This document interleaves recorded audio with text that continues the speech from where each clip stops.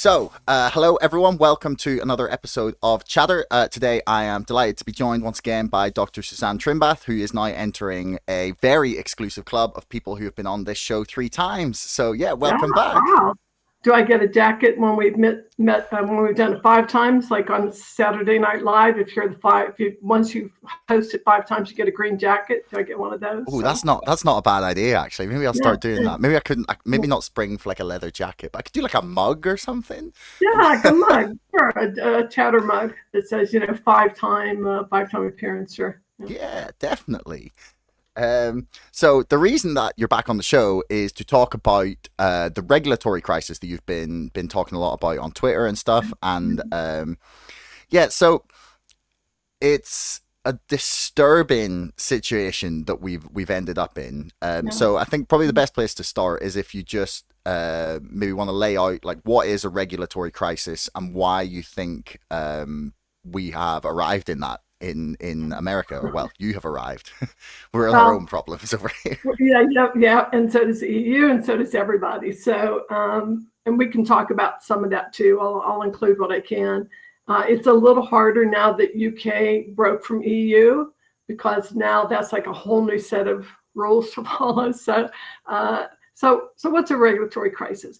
Most of the time, if you just Google regulatory crisis, what you're going to find out is that they use that term when a company gets into trouble. Let's say that they have some legal challenges, regulatory challenges. Maybe they've been that threatens their reputation, their operations, their financial stability. Maybe there's some lawsuits. The SEC is investigating them. Something like so. A regulatory crisis for a company is a crisis when regulators, right, are coming to the door.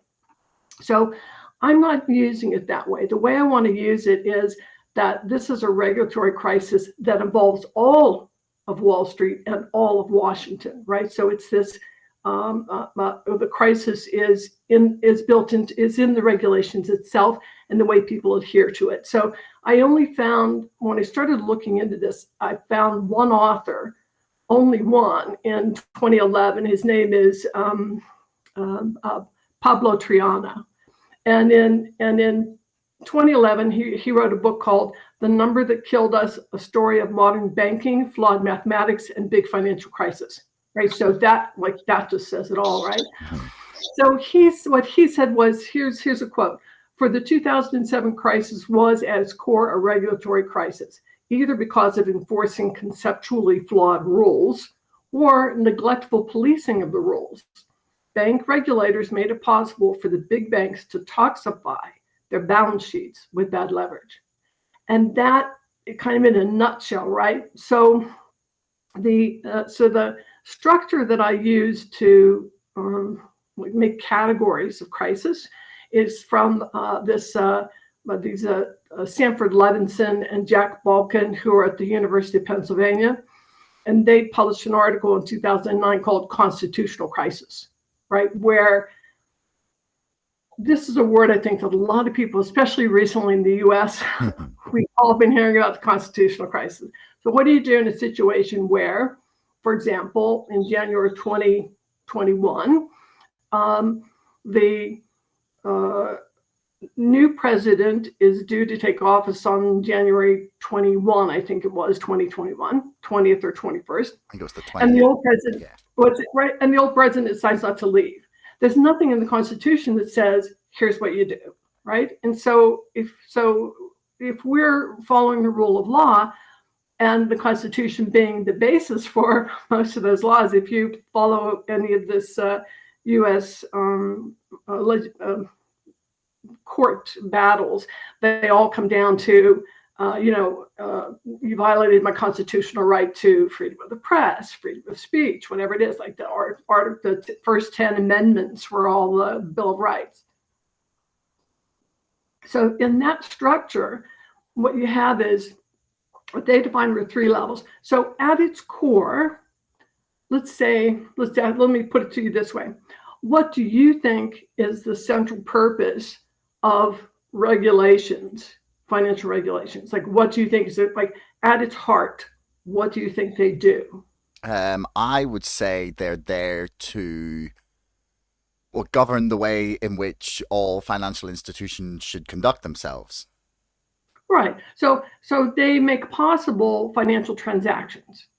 Yeah. Okay. So right? It makes it possible to have financial transactions because everyone has this set of rules that they follow. I did an article once on how laws are formed, like how you can't just take, like you can't take the U.S. financial regulatory system and transplant it whole en masse, right? And just say, here, Russia, do it this way, or here, Poland, or here, whatever. Like, which in the 80s, we did a lot of that, the 80s and 90s, where we would just sort of take whole cloth the system that we have, the self-regulatory system that we have, and try to just implant it, in these other countries. It never works, and for reasons that we could go into. But so in the context of the financial system and the way that I want to use the phrase regulatory crisis, it's a point where financial transactions are no longer possible, right? So this self-regulatory structure we have actually threatens to fail at the very task that we've given it, which is that they make possible financial transactions. So I look at it, if you look at, as an example, taking away the buy button in January of 2020, right? Or was it 2021? Sorry. 2021. No, 2021. Sorry, you make me think of question my myself. book came out a year earlier, right? Yeah. So taking away the buy button means that a whole group of household investors are unable to complete financial transactions. That's a turning point, right? That's a point where whatever system was in place of regulations broke, right? And it failed at its primary duty, which was to make those transactions possible. So there are different levels, and I think that they're progressive, right? So there's a level one situation where, and we see this all the time, the SEC, the Washington and Wall Street are so, like Gary Gensler says this all the time. Well, I can only do what's in the laws, right? What Congress permits me to do. I can't do anything else. So he's holding this fidelity, right? He's being so loyal to these rules the way that they've been written that he can't make any changes. And the same thing with Wall Street. Well, the market maker exemption exists for a reason, to liquidity. I think was the question you wanted to ask me about later. Yeah. So in the name of liquidity, we can do anything that we want to do. Like, we can take your money and give you nothing because it's all in the name of liquidity, which is so insane. It's so insane, as absurd, because liquidity means bringing in more buyers and sellers, not pretending like there's worse transactions, right? Not pretending like, oh, I'll sell you as many of that as you want to buy, because I don't have to deliver them. I'm a market maker. So I'm not even a market. So that's kind of level one, right? So then level two is where you feel the regulators, Wall Street, again, Washington, Wall Street, feel that the circumstances they're in are so extraordinary, so unusual. We must make an exception for this particular purpose because this black swan event has never happened before, right? Think of from 2003 until 2007, 2008, Reg Show, short selling. We have to make it possible. Short sellers are the saviors of the marketplace, so all of that language over and over again, that level one fidelity, it has to be, we have to protect it, it has to be possible. Then the SEC decides that no one can short sell stocks of a bank. So this is a level two. Now we've risen to another level of crisis here where we're saying that although last week we loved our laws and wouldn't change them or break them, now we have to break them. And there's so many examples, especially in the 2008, throughout the great financial crisis, the Great Recession that followed, all the things that Treasury, Federal Reserve did in connection with Wall Street. Again, this Washington Wall Street thing.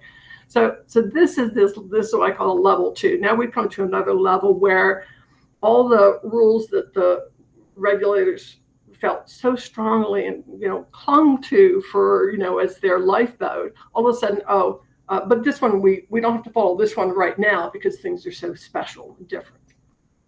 And then the next piece is that level 3, right, where what was just public discourse, disagreements about how the rules are written, how the rules are enforced, all of those things. All that goes by the wayside, and the public just goes into an uprising. If you think of the 2008 Occupy movement, right?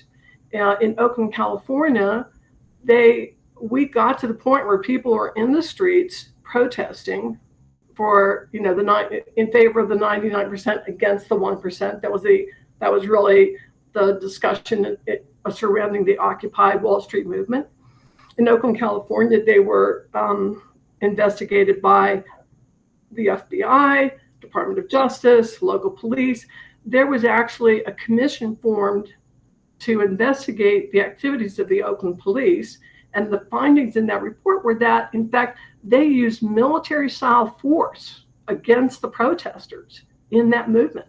Now, in the United States, I've been around long enough to remember Kent State, to remember the 1964 Democratic Convention, where we know that our, just say in general, police force, military, National Guard, local police, that they will shoot protesters. They do that here. We know they do that here. I know there's a lot of countries where they do and don't, but here it's not the first time that sort of thing has happened. So this is level 3 crisis, and let's just stick with those. Those were political, in the 60s. It was about race, it was about politics, it was about the Vietnam War. Here, let's just talk about the financial stuff. In France, the workers rose up against the CEOs and the bosses and held them hostage in their factories, demanding that they get their share of the output. Right, and that was all again about that whole thing was brought about by all 3 pieces of that crisis or all 3 levels were brought about by these problems in the financial regulations.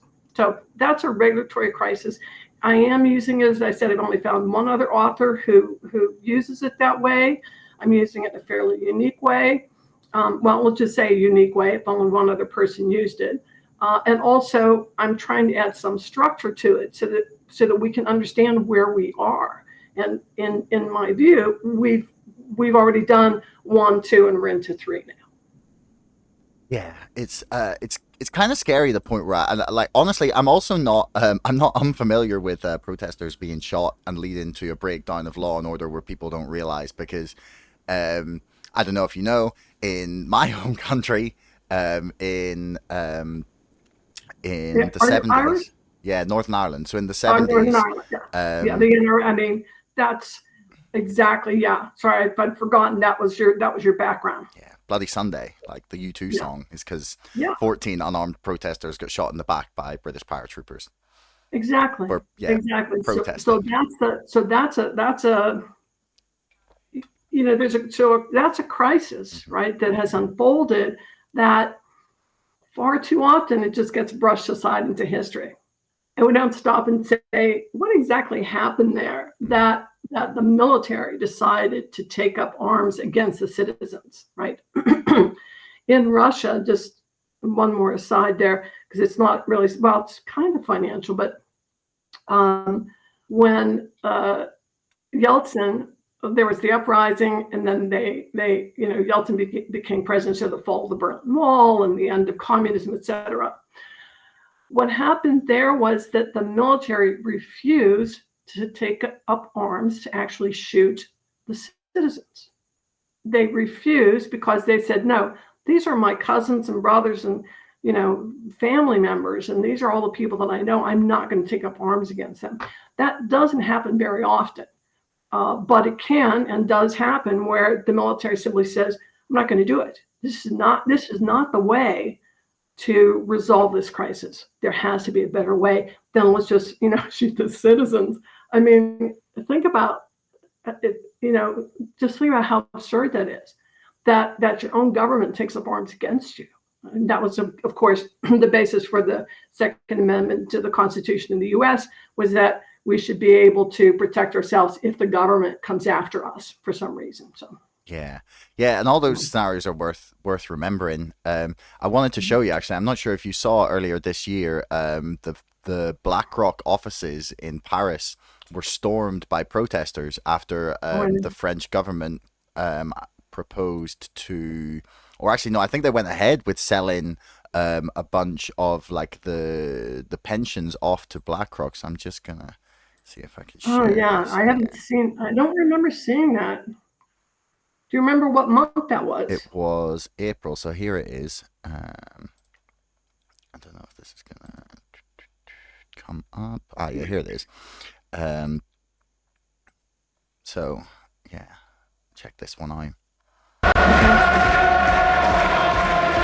Protesters are chanting, waving flags, carrying flares. Smoke is filling the building. It is the 11th day of nationwide demonstrations against the country's new pension bill. If you're unfamiliar, it raises the retirement age from 62 to 64. It has infuriated staff. They intend to continue their protest. So there was, and I don't actually, as far as I understand, what they have reported there in that video, they said in the video that it was because the retirement age was being raised. But my understanding of it was that people were not as much protesting the retirement age being raised as they were the state-owned pensions being sold off to BlackRock and a bunch of other financial institutions. So yeah, so there's plenty of examples in history and in 2023. And the Daily News, right? Yeah, I follow France 24, so I'll go to their YouTube and see if I can get some more details on that. So, but God bless the French. I'm telling you, of all the the pitchfork moments that we have in the States, people just like sort of yawn and go about their business, or I'm too busy, I have to take kids to soccer practice. I have these first world problems to deal with. I can't deal with crises. The French just remember when the farmers put their trucks all around, they ringed the city with their trucks so no one could get in and out. I mean, God bless them. When it comes to protests, I don't know. I just don't know another country that of course, I don't know everything everybody does, but they really know how to throw a protest. Yeah, the Dutch farmers had good ones as well. They were spraying manure at politicians' houses. Yeah, which was hilarious as well. But yeah, be ungovernable, be like the French. And you see, it wasn't about here, like in the States, they think, if there's going to be an uprising, everyone's like, bring out our guns, let's all run somewhere and start shooting people. It's like, there's lots of ways to get your message across and to make darn sure that people listen to you. If you pull out a gun and shoot someone, it's over. They arrest you, the police move in, now they have every right to shoot back at you. But if you throw manure at someone's house because you're a farmer protesting some farm bill, like this is a level of protest that, like, and the other thing that I noticed about the French in particular is that they keep it up for a long time, right? They won't leave the streets, like the yellow jackets and now this, so that they won't leave until they get the attention that they want. It's not about trying. You can't just try to solve the crisis with one protest, right? No. It has to be this. I said something about it being ongoing and directed in the right place. And someone replied, I should give them credit, but I forgot who it was. It should be persistent, insistent, and consistent. Right? So consistent, it has to be the same message. You have to get all the voices together around this whatever this topic is. It has to be persistent, which is ongoing, that's kind of what I said. And then it has to be insistent, meaning we're not leaving until this changes. Yeah. Well, I mean, ultimately, that's what still embodies quite a lot of the people who started buying shares at GameStop way back in early 2021, because they are still not leaving. I don't know. Right. Not leaving is their, that's their mantra. So like this whole regulatory crisis that you're talking about in the States, where where a point has been reached. I think we have the same problem in most of the developed world, where regulatory capture, especially in the financial world, has become like it's not even that, politicians are being incentivized to not look into things. It's a revolving door between the regulatory agency and the industry they're meant to regulate. And then in America, it's even further, where they're sort of in charge of regulating themselves, which absolutely blows my mind that that's accepted. So like the place I think I want to start is the SEC. So like how like powerful or powerless are the SEC? Because obviously there's these self-regulatory bodies, but like what amount of power do the SEC actually have to go in and attempt to try and do anything about this? Because I've been trying to gauge what people's opinions in the industry are on Gary Gensler and what he's been trying to do. So like how do you gauge his the thing about Gensler that gets me is when he actually admitted in front of those students, and this is now immortalized on YouTube, is that when he worked on Wall Street, he didn't know anything about back office operations and clearing and settlement, and now he's in charge of regulating that. So, why not get someone who actually knows what the hell they're doing? I don't know. But that's just my personal view on Gensler. So how powerless or powerful are they? It is, the SEC offices are located like a 10-minute walk from Capitol Hill. There's no reason why they couldn't go to Congress and say, look, like work with Congress and say, hey, look, like the rules we have aren't quite working. Things aren't like we need to be able to do this, and we don't have the power for it, because that's another thing we hear a lot from Gensler. Well, I only follow the laws, I don't write them, right? Well, if that's true, and that's what's holding you back from protecting household investors and entrepreneurs, the people for whom capital markets were invented in the first place, right? Why don't you take that 10-minute walk and go down there and talk to Congress and put together a plan for what you need to be able to do this job more effectively, rather than, it's we call it bubblegum and baling wire. Like they just keep trying to, hold together this machine that's breaking down with bubblegum, and like they stick the piece of bubblegum on when the dam gets a leak in it, and somebody puts a piece of bubblegum on it, and then they get another leak and another leak. They're like running around here patching these leaks up. If that is in fact a problem, then they should be talking to Congress and not just using that as an excuse. The laws don't let me do this. The laws don't let me do that. I do follow the SROs more closely, and I think that, and this is probably true for the SEC as well, like the NSCC making exceptions to, not ejecting brokers and waiving fines and waiving margin calls. There's one lawsuit, which I haven't had a chance to look into, that I found out about recently, where NSCC did attempt to throw out a broker. I don't know if it was for FTDs or not, but they did try to throw them out, and the broker took them to court, because there is an appeals process written into the law that created these self-regulatory organizations. I mean, if you think about the SEC, well, let me just finish that thought. So they've been taken to court. The problem is, every time they make an exception, every time they don't enforce a rule that they have, every time they, waive margin calls, whatever, that's going to be held against them in a lawsuit, right? Because you say, well, you didn't do that to Robinhood, you didn't do that to Citadel, why'd you do that to me? Right? Yeah. So it's the same thing with the SEC. Has the same problem, where at some point it becomes impossible for them even to enforce their own rules because they've made too many exceptions. Just then, in general, about the Securities and Exchange Commission, like so much of the regulations that we have were born of a crisis, right? So that's like in their DNA. So the Securities and Exchange Act of 1933 was written against the backdrop of the Wall Street crash of 1929 and the Great Depression that followed. The central system that we have for clearing and settlement, born out of the paperwork crisis of the 1960s.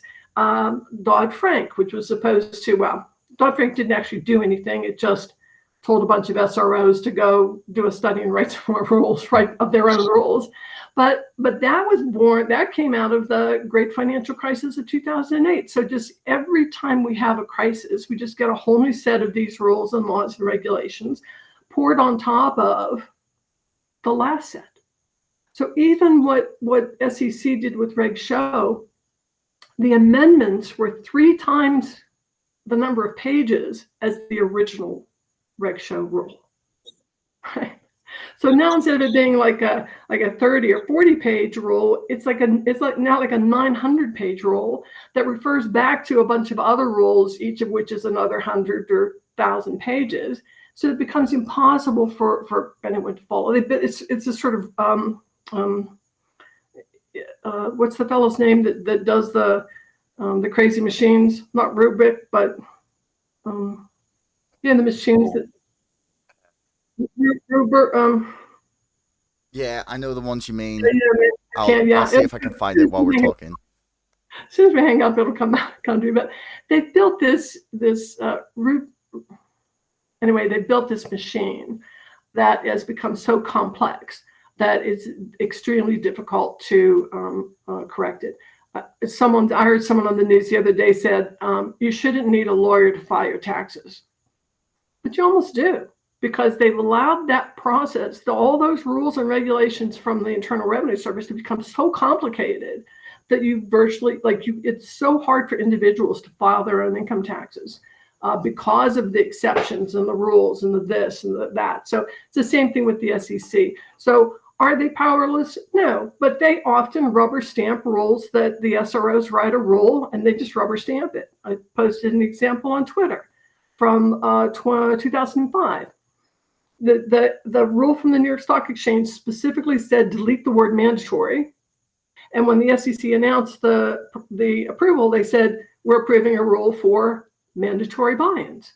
So did they even read it or did they simply rubber stamp it? And that's one example. And I think too often that happens. So are they powerless? No, I don't think they are. I think that they it could also come back to this. It's that, revolving door that you talked about earlier, but it's also this incompetence, hypothesis. I put together, there's a hypothesis that says that the economy goes into ruin, not because of any conspiracy by, some forces or inside the government saying, but it's because they're incompetent, because they simply don't know.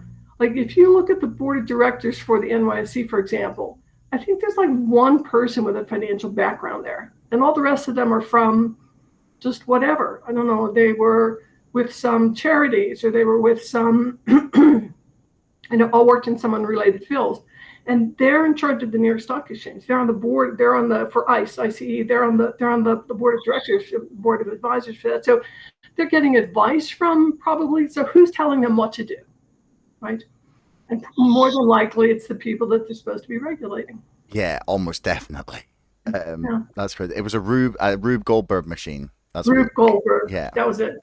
I hit Rube, and I was going for Rubik. So okay, yeah. So the SEC, like the IRS, has built this Rube Goldberg machine of regulations that makes it really hard. And I've been in this industry my entire career. I started in insurance. I moved to banking. I went to the stock exchange. I got into clearing and settlement. I mean, that's all I've done. And sometimes I have a really hard time following the actual changes in the laws because they keep referring back to laws that they changed, 6 years ago, or a law that was put into place 30 years ago. And so then you have to go back and read that one to see what that change would impact. So right, let me when you're talking about this, like the constant referring back to, I'm getting like PTSD from my law degree, because that's what it was like. It'd be like, oh, it refers to this piece of legislation. You go, right, okay, find this piece of legislation. Be like, oh, you're referring back to this piece, and be like, oh, okay, right, go find this piece of legislation. Which maybe works better for a legal system than it does a financial regulatory system. But one of the things that I've heard said, and if people listen to the previous episode of this, they will have heard Dave Lahr presenting a defense of this, saying that once you start to try to fix the system as it is, that like you can go in and go, okay, we're going to try and like scrap this rule and this rule and this rule, and then try and simplify it. And as soon as you start like pulling at a thread, then you suddenly realize just how interconnected and interwoven, and you suddenly realize that everything is like so ridiculously entangled that it almost seems like they're trying to say it's too broke to fix, so we can fix it. So do you think it would be like, is there in like, you know, obviously like you've said, you've been in this industry your entire professional career. Could you conceive in a system or a way in which you could go in and just like wipe the slate, maybe not clean, but like just start right from the bottom and go, okay, we need to rebuild this thing from the ground up? Like, is that something that could even happen? Like, would that be too fundamental a change for the industry and the economy as a whole to handle? So, first of all, it's not impossible to make that kind of change. They did it in Russia. They did it in East Germany. They did it in Poland. I mean, those systems have gone from, in Russia, they went from capitalism to communism and back to capitalism in the course of, 75 years. So it's not impossible to make that change. It is this idea that, pulling at threads, I think that is not a defense of the existing, that's not a defense of not making changes. I think that, in fact, is the reason that you have to make changes. I outlined, I think, 5 steps. Let's see if I can bring that up here. I outlined 5. I had initially did maybe 4. And then we kind of added another one. But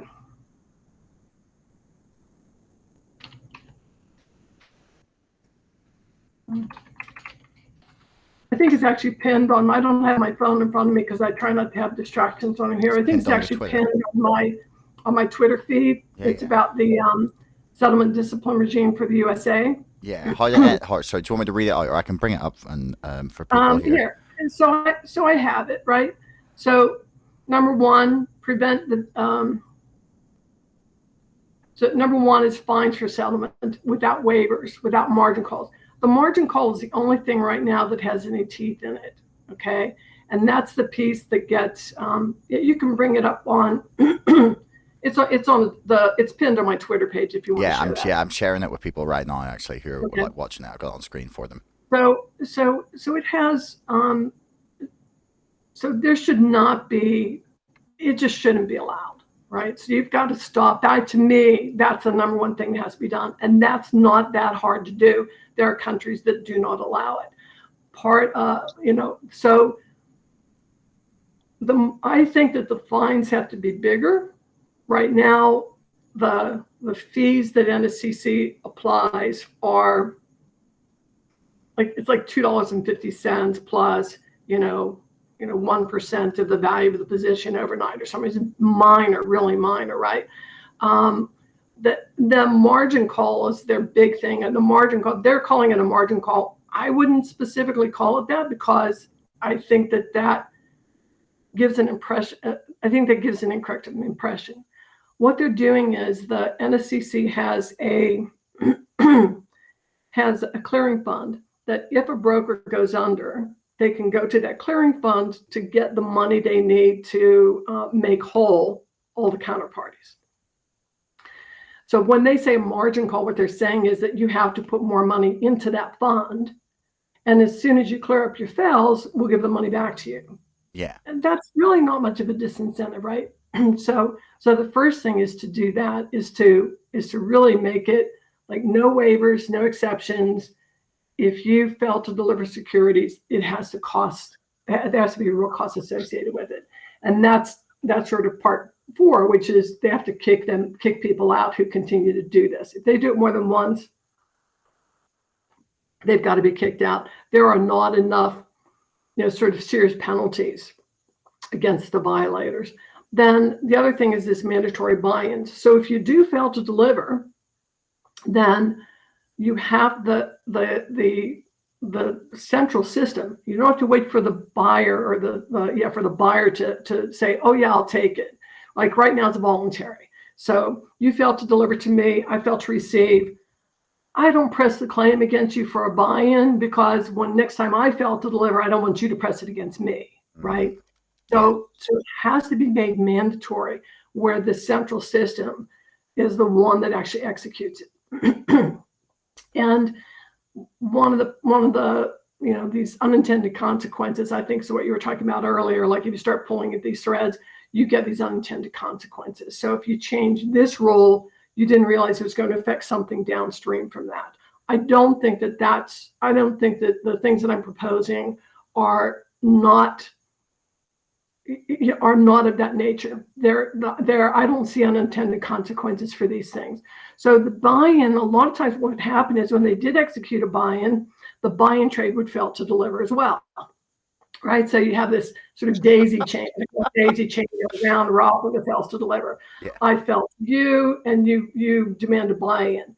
So you go to execute the buy-in, that fails to deliver. And then you go to execute another buy-in, and this just goes on and on. So what happens is, and they do this, I think it's in Singapore, where they have what they call a like a minimum bid.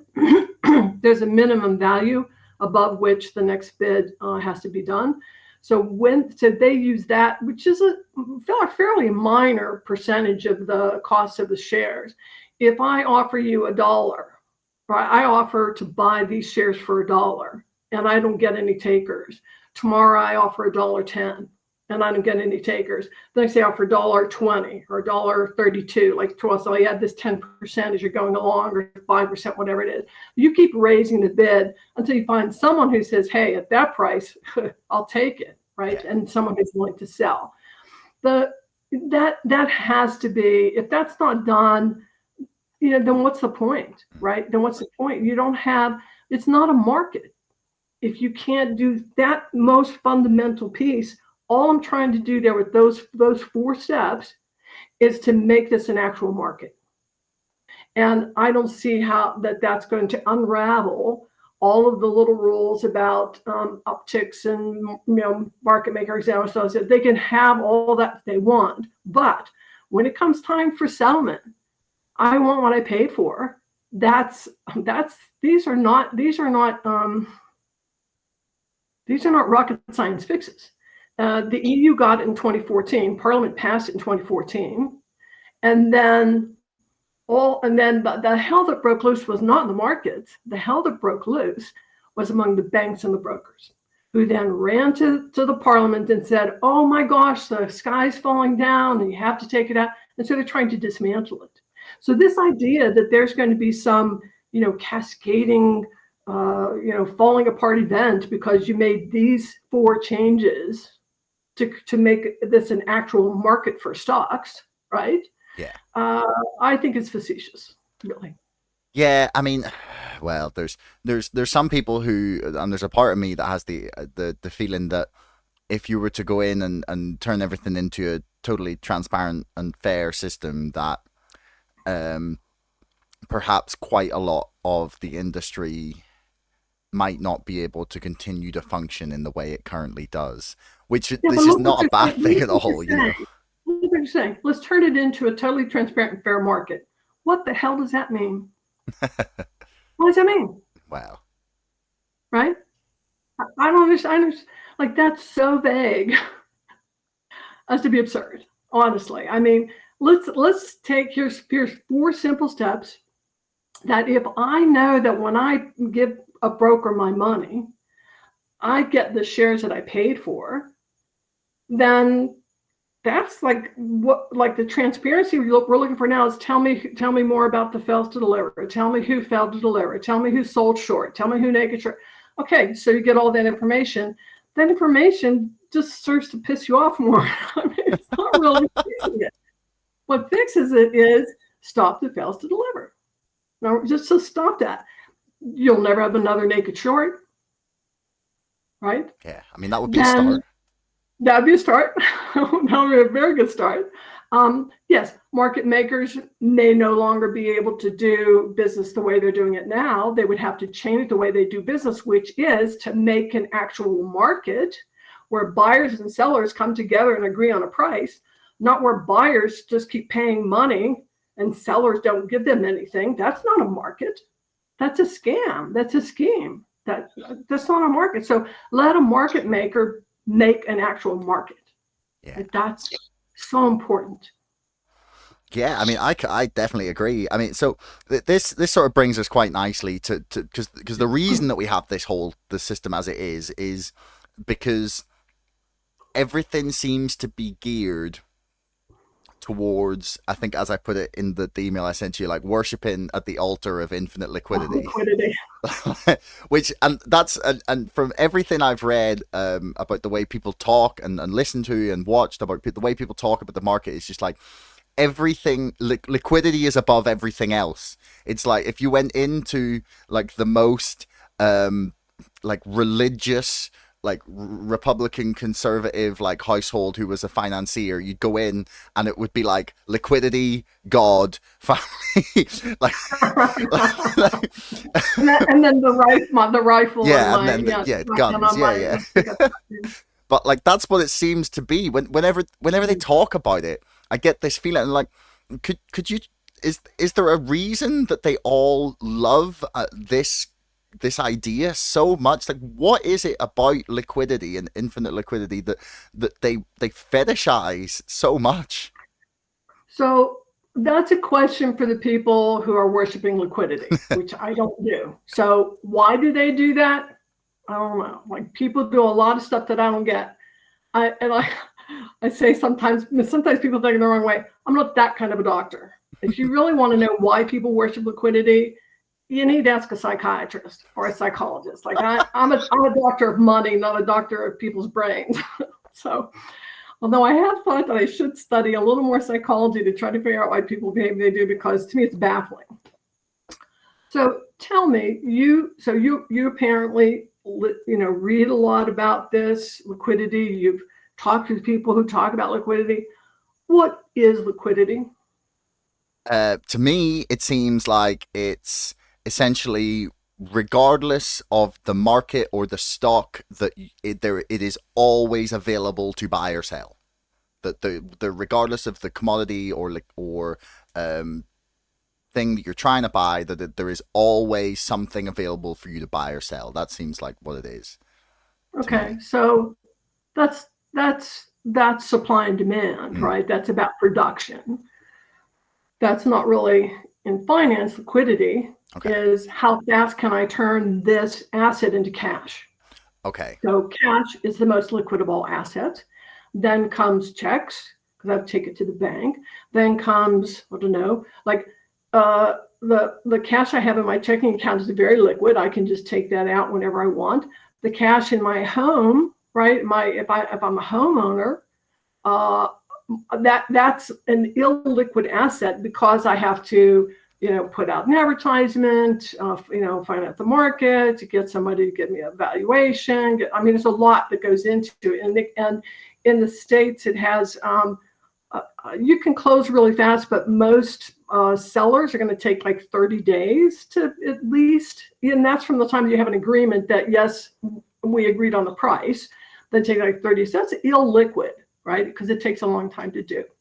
So if I buy shares of GME or AMC, everybody's two favorite stocks, and it takes 31 or 40 or 50 days for me to get my shares, is that liquidity?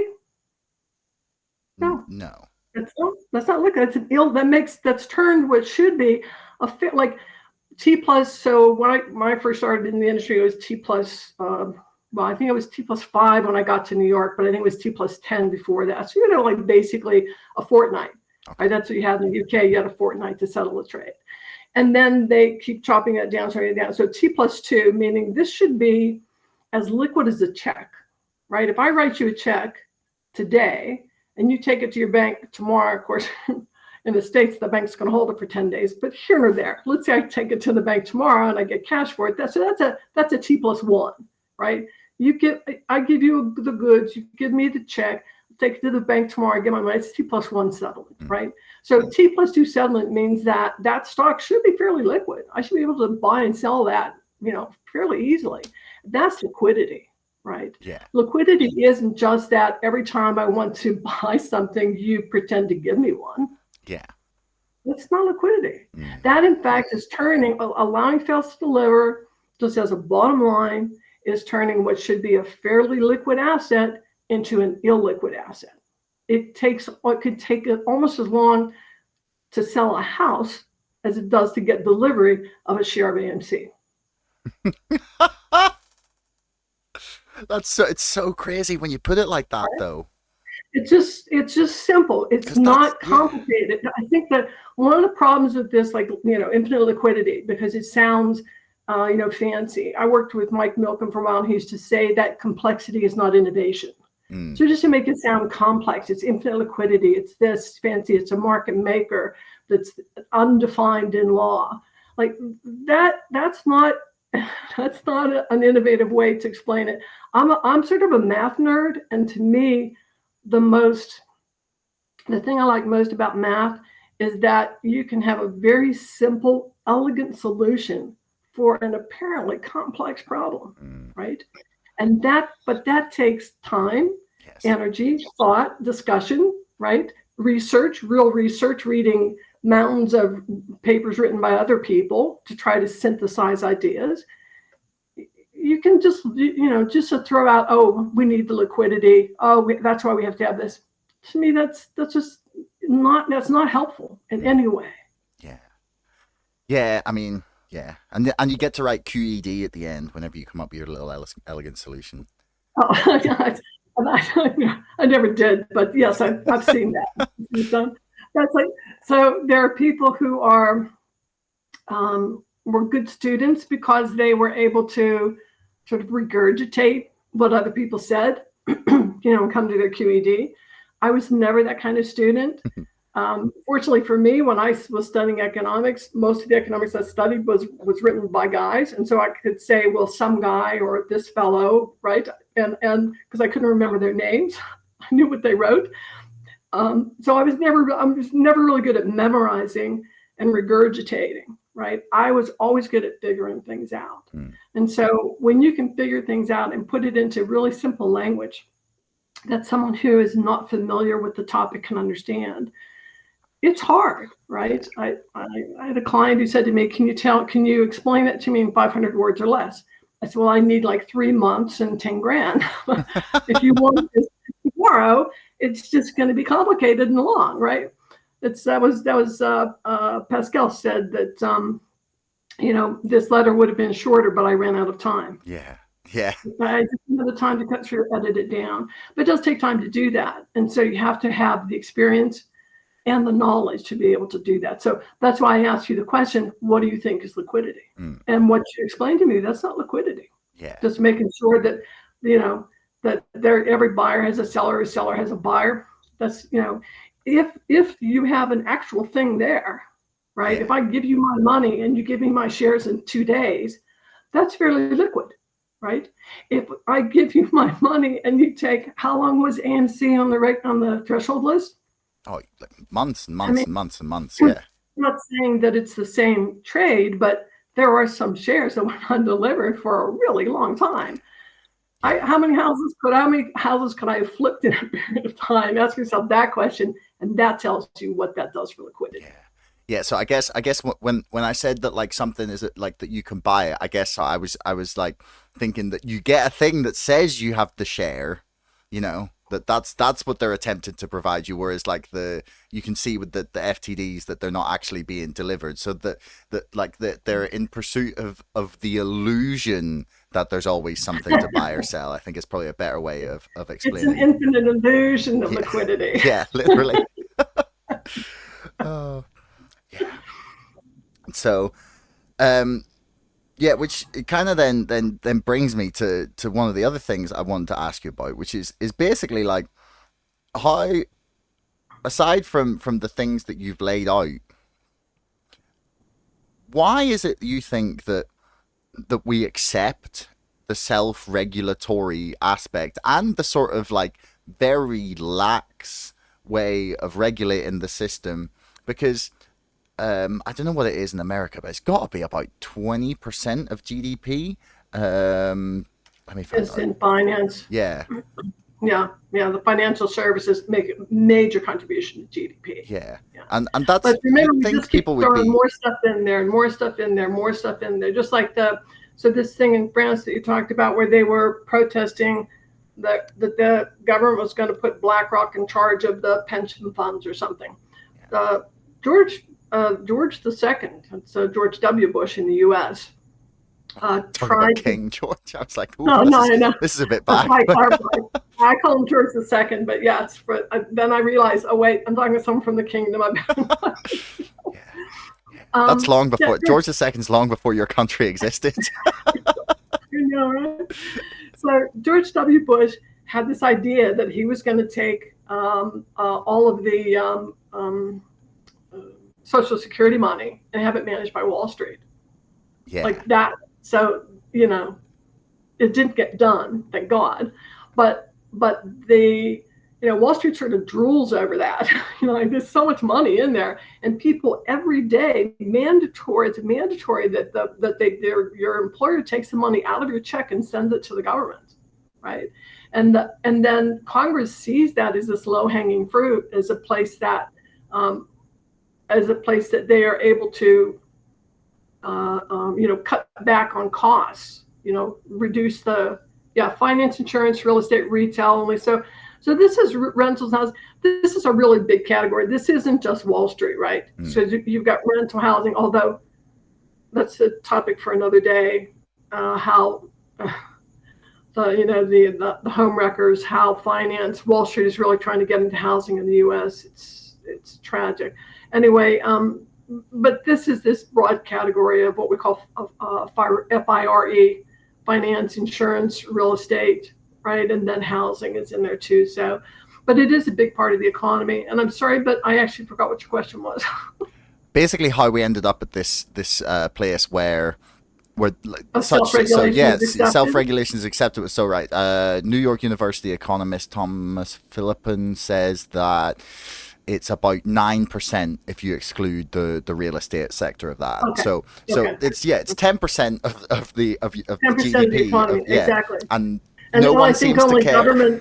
I think the government is the only thing that's a bigger portion of it, and maybe healthcare. So that statistic is an excuse that Washington and Wall Street use to maintain the suicide pact that they're in with self-regulation. Oh, it's 20% of the economy. We can't, like, if we upset Wall Street, the whole thing will fall apart and the economy will crash and yada yada blah blah blah. Well, what they're missing is that once we hit this level 3 of the crisis, the citizens are going to find their pitchfork moment, and they don't care that Washington and Wall Street have this idea that self-regulation works for them. How did we get there? Go back to the beginning. So there's a stock market crash. And so people in Washington go, oh my gosh, what happened? It was something on Wall Street. Let's go talk to Wall Street. So what do you think we should do? And Wall Street goes, you're asking me what you should do about the mess that I just made? Like there's this political thing you hear all the time. Never waste a good crisis. Like every time there's a crisis, some politician is going to stand up and say, I'm the hero, I'm going to fix it. Wall Street, I think, just saw this as each of these crises is just one more opportunity for Wall Street to benefit itself. Yeah. Unfortunately, the housing market crashed not crashed, but sort of went down during 2008. The financial industry used it to buy up a bunch of housing, and then the COVID dip, they used it to buy up a bunch more. Right, and they turned whole neighborhoods in Arizona into rentals.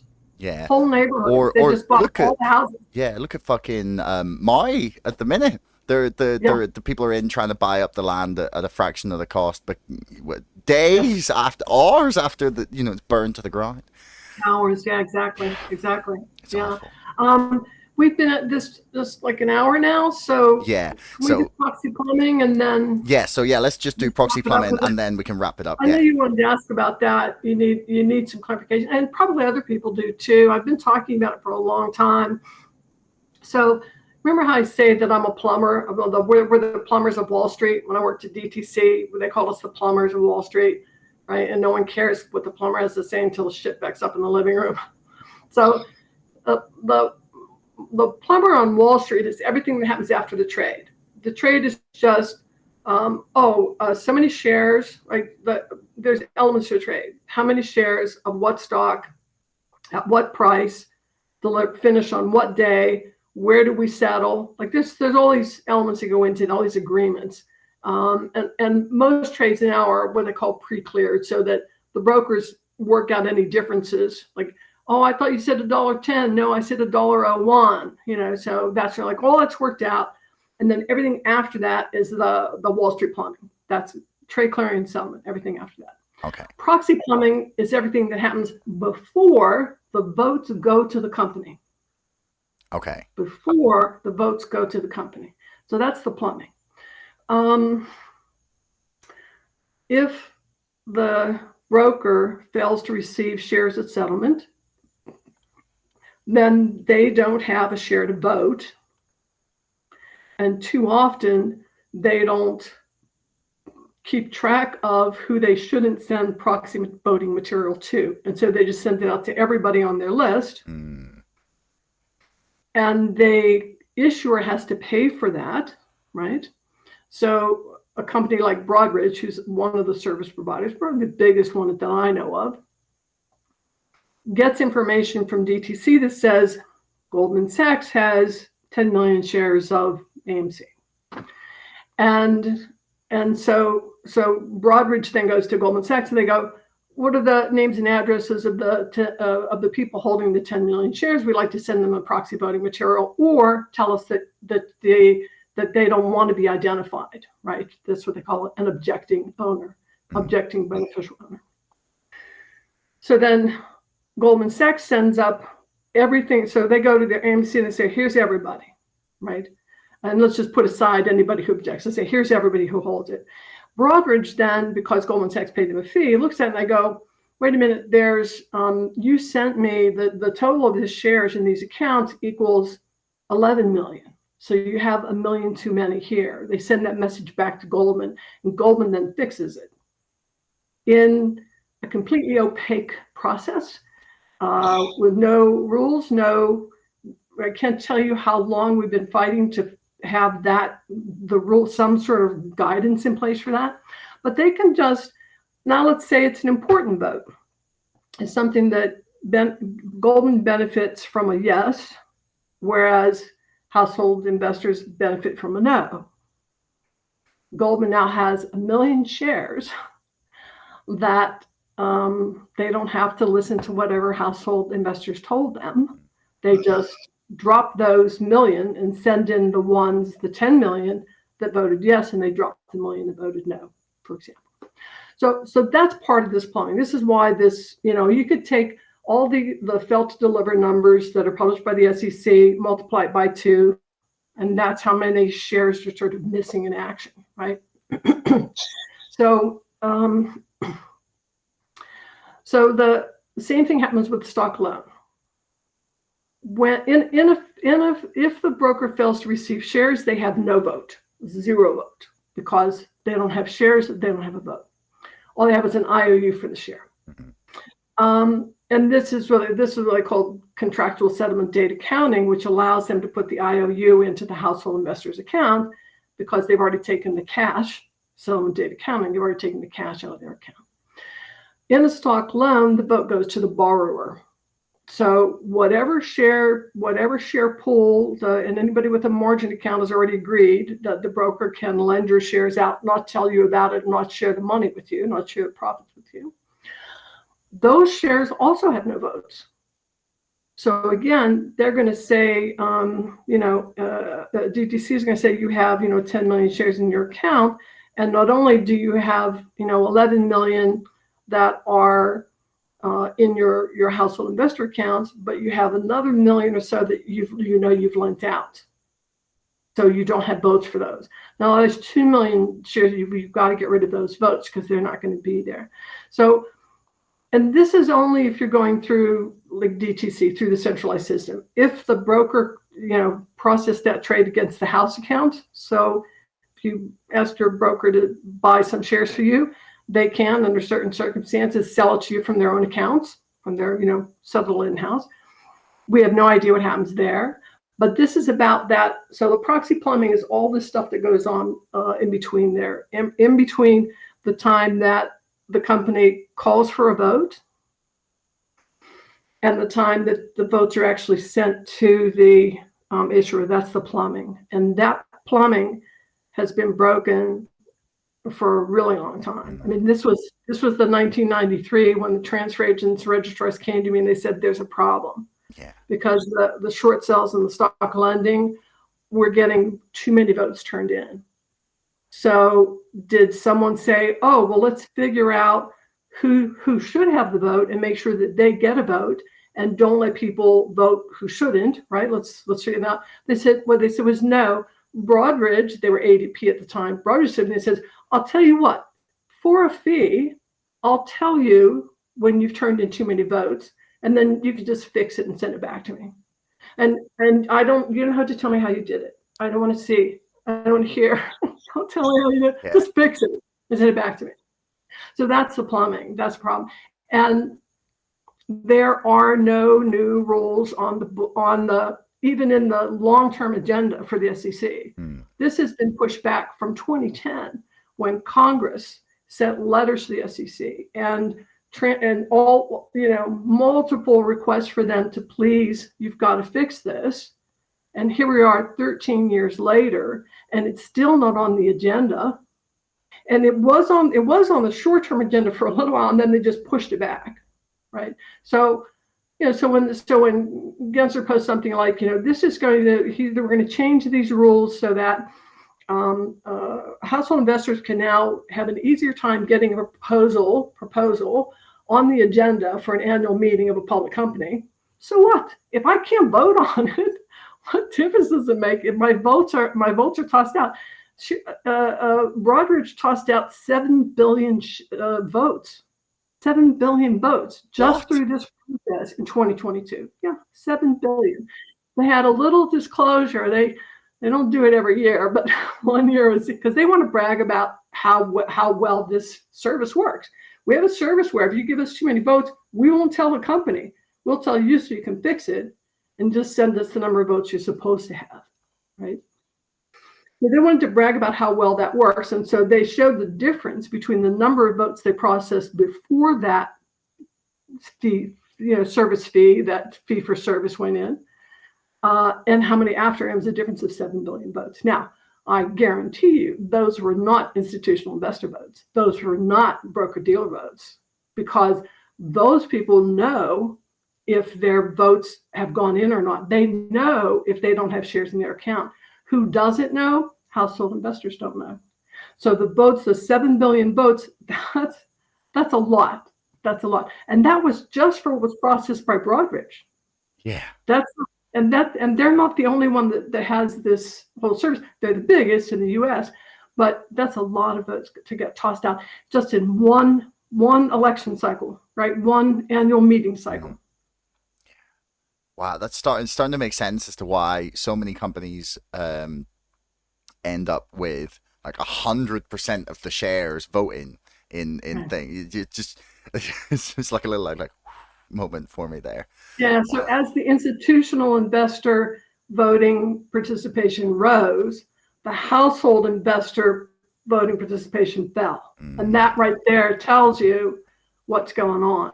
Who's getting tagged with we didn't have a share for you, so I can't count your vote, because you won't know. Yeah. Right? So you'll still get proxy material that the issuer paid for, but I don't count your vote when it comes in because, I had a little too many votes, more votes than shares. Oh, it's a dirty world. So that's the plumbing. That's what's going on in the plumbing. Yes, it's a very dirty world. It's the sewers. It's the sewers of annual meetings, company annual meetings. And so the companies don't know. They used to find out. And then this service went in where, the processor says, pay me a fee, dear broker, and I won't tell the company that you've got more votes than shares. Wow. Handy little service for them, isn't it? Yeah, very nice. Anyway, I'm aware that we've run over time. So I really want to thank you again for your time. You've cleared up, as usual, many things for me. And I will put links for the stuff we discussed and for your the link to your book, Naked, Short and Greedy, for people if they are stupid enough and crazy enough not yet to have read it. Comes highly recommended. My copy is somewhere behind me. I don't know. No, maybe it's out in the living room. There's several bookshelves all run. It's actually being read, right? Yeah. Anyway. And you can also post to that blog that kind of covers this regulatory crisis stuff too. That might for some people, it's easier to read it than to listen. Yeah. I'll link that as well. So yeah. And I also have to say, I get lots of requests to be on podcasts with lots of people, and it's such a pleasure to talk with you that I'm always happy to come back on. So I want to be in that 5-time club and get the mug. So we'll get you there, and I will get you the mug. Okay. I'll make sure by the time we've done the 5th one that I have the mugs. Okay. Promise. Okay, sounds good. Sounds good. Okay. Well, yeah, thanks very much. You're welcome. Hey, everyone. Thanks for making it right the way to the end of the podcast. I love that you tuned in this long. Do me a favor, hit subscribe, because 80% of you bastards are not subscribing, but you're watching my videos. See you next time.